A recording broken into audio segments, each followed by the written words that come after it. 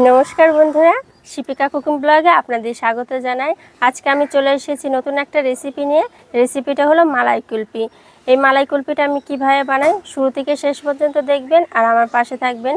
বন্ধুরা, বাড়ির সকলেই চাইছে যে মালাই কুলফি খেতে, তা বাইরের থেকে আমি আর কিনে এনে দিলাম না, আমি বাড়িতেই বানাবো মালাই কুলফি আর সেই রেসিপিটা আপনাদের সঙ্গে শেয়ার করব।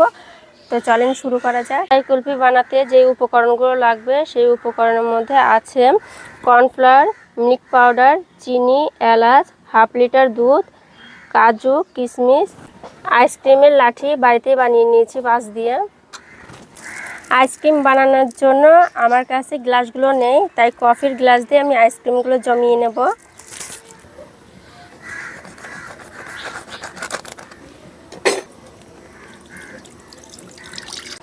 দুধটাকে 30% শুকিয়ে নিয়েছি। এখন এর মধ্যে দিয়ে দেবো মিল্ক পাউডার,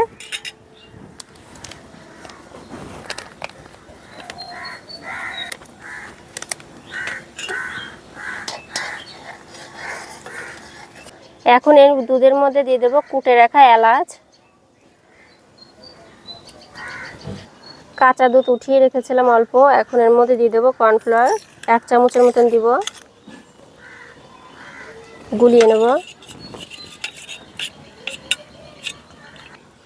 কর্নফ্লাওয়ারের ঘোলটা এখন এর মধ্যে দিয়ে দিব।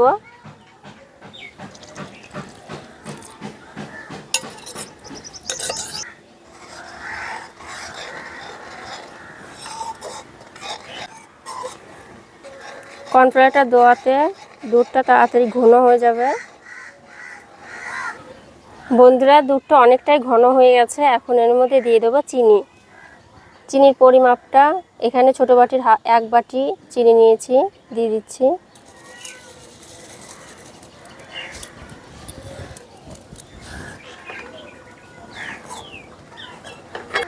এখন এর মধ্যে দিয়ে দিচ্ছি কাজু আর কিশমিশ।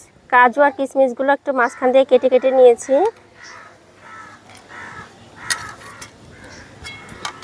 বন্ধুরা, এটা কুলফি না বানিয়ে মনে হচ্ছে এমনি খেয়ে নিই, সেই সুন্দর সেন্ট বেরিয়েছে আর দেখতে একদম রাবড়ির মতো লাগছে।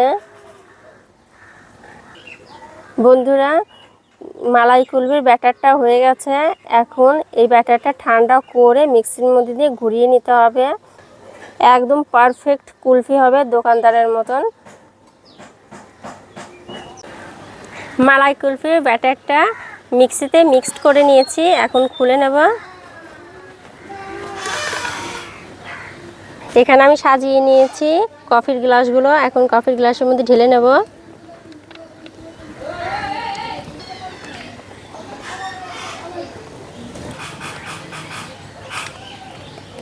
বন্ধুরা, হাফ লিটার দুধ দিয়ে 9 কাপ আমার আইসক্রিম হয়েছে। এখন এগুলো ফ্রিজের মধ্যে ঢুকিয়ে 6-7 ঘন্টার মতন রেখে দেব। তারপরে 6-7 ঘন্টা পরে আপনাদের সঙ্গে আবার দেখা হচ্ছে। এখন সবাই মিলে খেয়ে বলবো কেমন হয়েছে।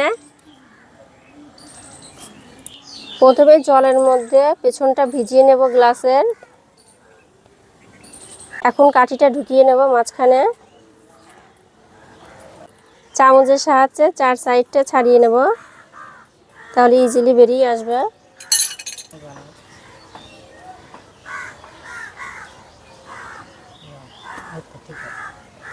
এখন মাকে টেস্ট করতে দেব, বলবে কেমন হয়েছে।